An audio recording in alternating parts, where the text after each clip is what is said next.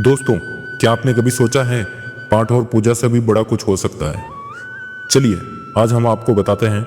आप इस कहानी को सुनिए।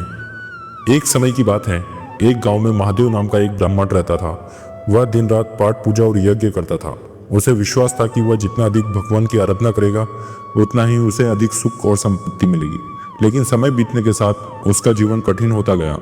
गरीबी बढ़ती गई, घर की हालत बिगड़ती गई और बीमारियों ने परिवार को घेर लिया।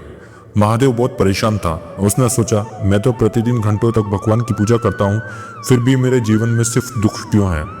एक दिन गांव में एक प्रसिद्ध संत आए। महादेव ने उनके पास जाकर अपनी समस्या बताई और पूछा, गुरुदेव, मैं पूरे समर्पण के साथ पाठ और पूजा करता हूँ, फिर भी मेरा जीवन दुखों से भरा क्यों है।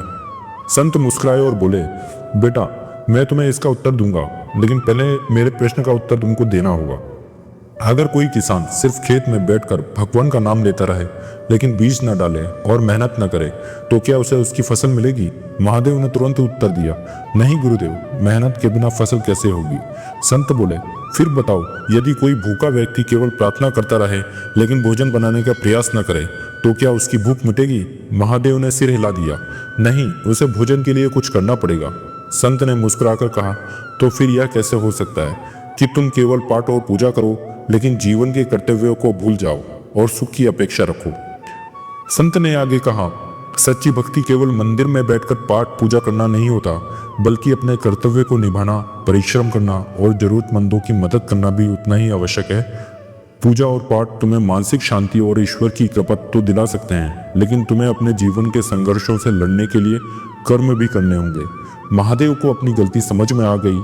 उसने न केवल पूजा पाठ किया बल्कि मेहनत से काम भी किया और जरूरतमंदों की सेवा करने लगा। कुछ ही समय में उसका जीवन बदल गया। गरीबी धीरे धीरे दूर होने लगी और सुख शांति लौट आई।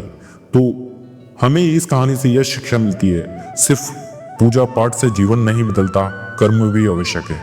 भगवान भी उसी की मदद करते हैं जो अपनी सहायता स्वयं करता है। सच्ची भक्ति